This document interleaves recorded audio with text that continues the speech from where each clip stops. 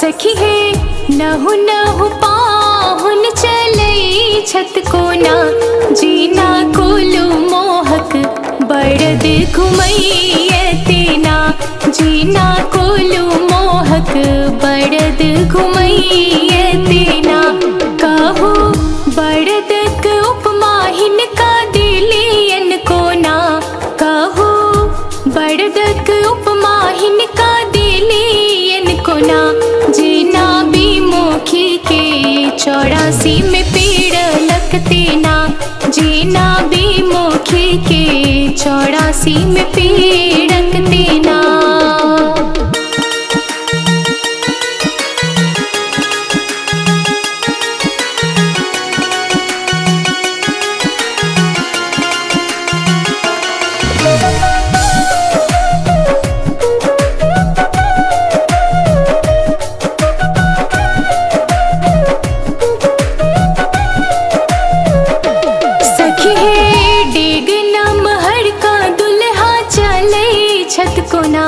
सखी है डेग नमहर का पाहुन चले छत कोना जीना बंधन सो बकड़ा भगई अछतेना जीना बंधन सो बकड़ा भगई अछतेना कहो दुल्हा के बकड़ा कहलियन कोना कहो पाहुन के बकड़ा कहलियन कोना जीना छैत अज कुल के बालक तेना जीना छैत अज कुल के बालक तेना।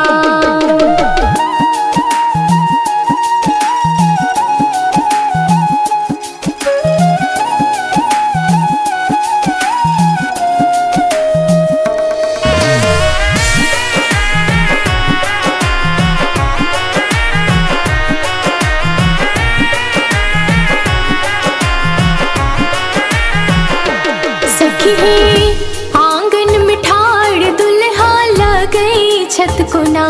सखी है आंगन में ठाड़ पाहुन लगई छत कोना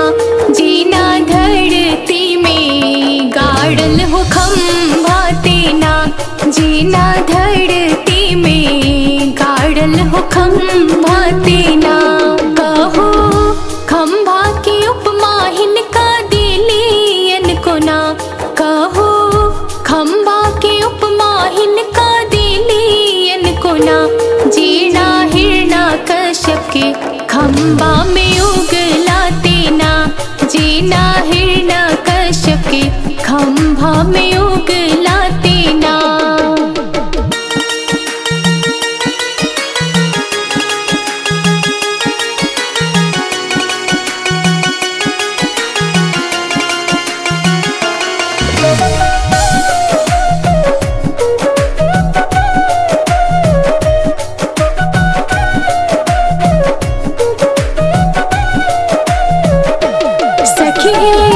पुछती स्नेह लता चलता कोना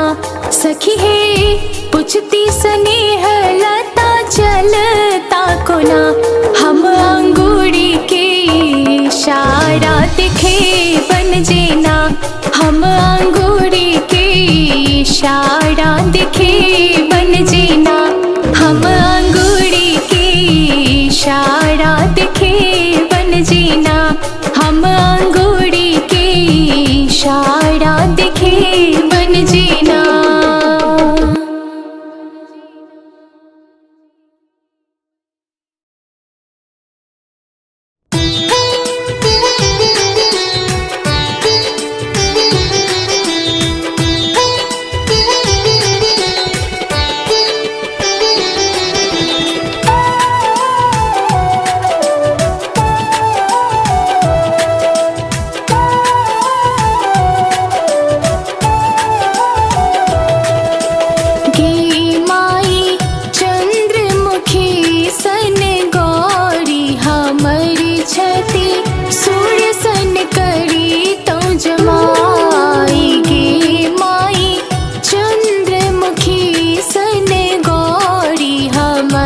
छति